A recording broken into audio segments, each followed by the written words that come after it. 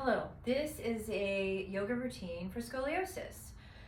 And in preparing this yoga routine, I realized actually it's for really anybody that wants to have a healthy back.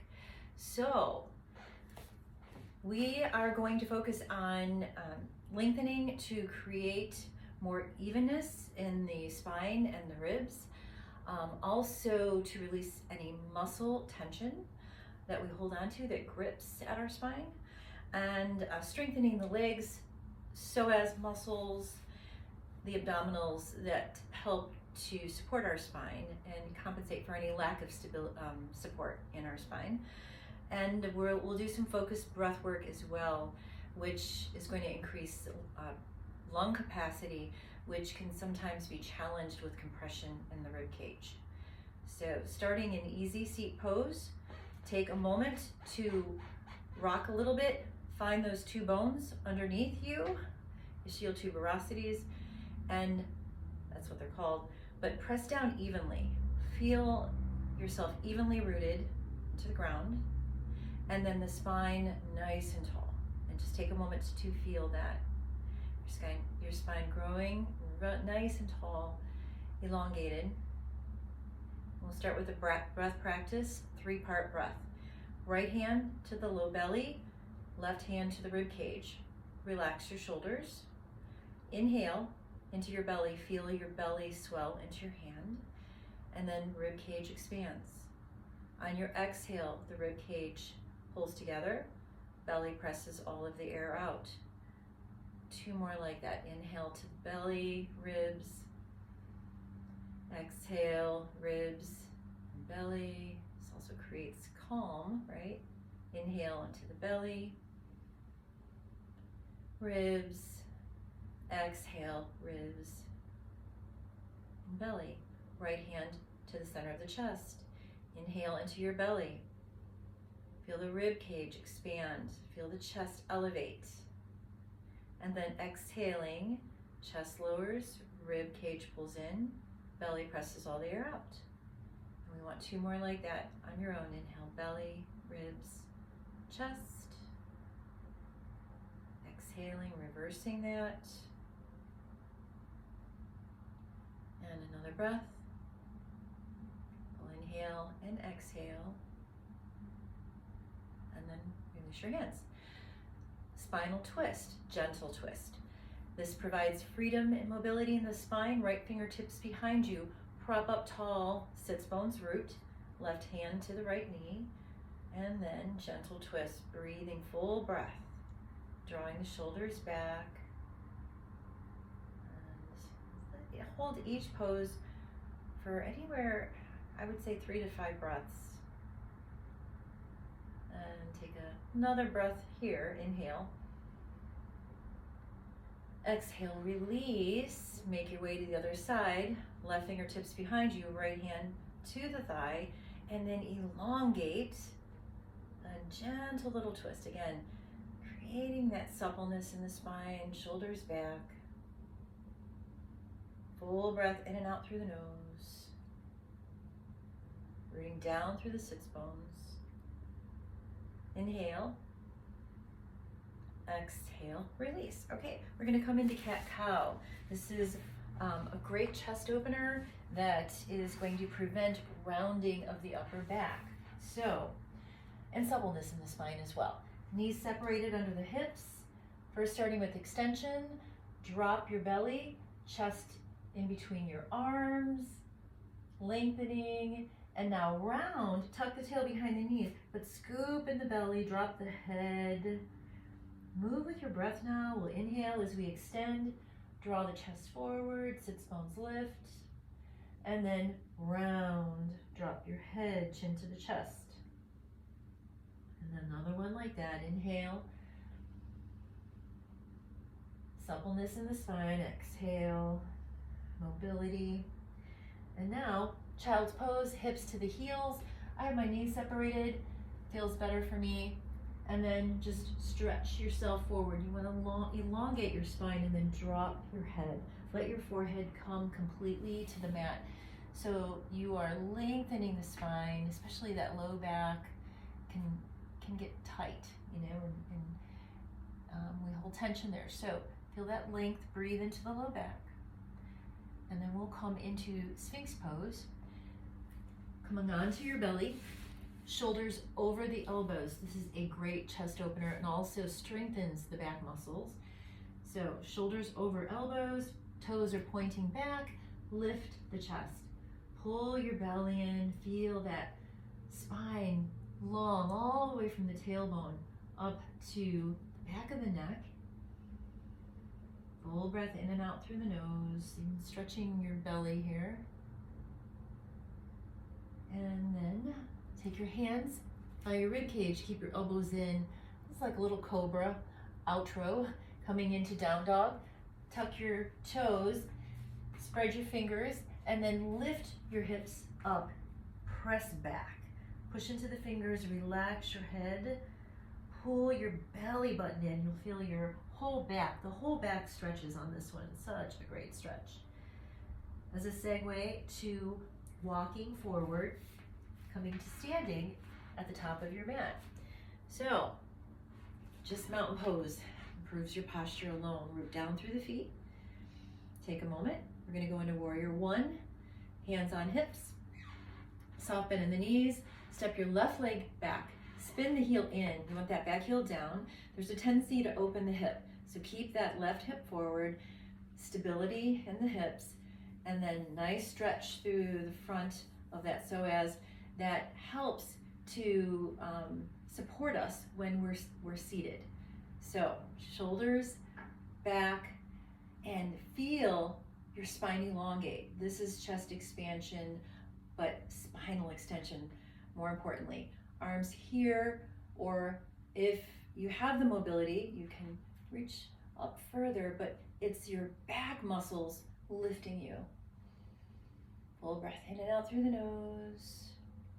And then step it up, switch, pick up your right heel, step it back, spin the heel in, root through that back leg. That back leg is straight, front knee is bent, and then from here, tail drops down. That's very important that we don't pitch the low back. So no pitching the low back. We want to drop the tail, but not exaggerate it. We're not pushing forward either. Tail lengthens down towards the back heel, and then lengthening your spine. You can see that lift. Just lift, chest up, shoulders relax down the back. And full breath. And come out of it. Triangle pose. Separate your feet, turn right toes out, and reach your arms. I like to open my palms, kick your left hip back. And what you want to do here is keep the waist really tall, especially the right ribs, and then drop down.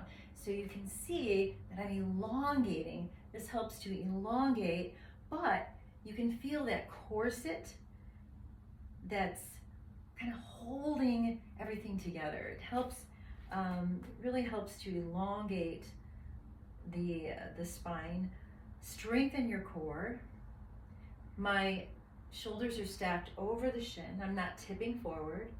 And then come on up. Switch sides. My ankle's just cracked. Okay, left toes, right hip back. And then again, you have elongated torso, right? So tip, fingertips down, fingertips are light, and then reach up. Head in any direction that's comfortable for your neck, and then pull those shoulders away from the ears. So we're elongating and lengthening the spine, bringing it back to center. Feel that corset hugging you. Another breath here, and then slowly come on up. Okay, tree pose works on posture and spinal alignment. So, starting to balance on the right foot, pick up the left heel. Find your balance. Feel that stability, rooting down through that standing leg. And then spin out through that hip. You can stay down here, foot on the calf, or pick up the ankle, push the foot, heel into the right thigh, and the right thigh pushes back. Doesn't matter what variation you take, you're still working on posture and spinal alignment. Breathe. And then release. Change sides. I love asymmetric work because you're going to be more challenged on one side than the other, especially if you have something going on right now with scoliosis. It's very common, so be good to yourself. And even if you don't have that, we're always better on one side. So check it out. Maybe a different variation here. Breathe. And then try to slowly come out. There we go. All right, standing postures are done. Coming to your mat, we're gonna do a one-legged seated forward fold. So you're gonna extend one leg out, fold the other foot in, and this really helps to release tension in the back and in the hips. So flex the toes straight up of that straight leg, turn, root down through the sits bones, feel it, and hinge. So the alignment is very important, how you approach the poses. So keeping the spine long, relax your shoulders. Again, 3 to 5 breaths here, full breath in and out through the nose, relaxing into it. It should feel good. And then slowly come up, switch sides. Adjust yourself. By the way, if you have any knee pain, put a block or a sweatshirt underneath your knee. Sits bones root, turn towards that straight leg, flex the toes straight up, and then hinge. And it should feel good. So feel the tension release in your back and in your hips. Another few breaths here. Soften the upper back muscles. Letting go of tension. Let it melt away. And then slowly come up. Coming onto our backs. Scoot yourself forward. I like to roll down, hugging the back of my thigh. And when you roll down, relax your shoulders, hug your knees into your chest. So knees to chest. Relax the shoulders. And probably will feel good to roll around. So if it does, do that. Just releasing your back, especially the low back. And then a couple breaths here. So, last pose, I'm going to give you 2 choices. Shavasana, you just release. And either way, it's just, last pose is to just feel the space you created. Feel the spine released to the ground, supported. And just relax. Take a couple breaths here. Or if you have a wall nearby and you want to put your legs up a wall is a nice inversion to drain the legs, fresh blood back up to the torso. And I'm going to show that quickly. If you have a pillow, you would pretend there's a wall here next, fake wall here. You have the wall at your side right here. So you're sideways to the wall. You have the pillow behind you against the wall. And you would just lie back on the pillow and you would scoot yourself. It's a little unusual without a wall, but scoot yourself so your hips are against the wall and your legs are up the wall. And then you would just like this. So Shavasana or legs up the wall. Either way, stay here for I would stay as long as you can. But a few breaths. And stay there. Let this video end on its own. And I wish you a healthy back. Namaste.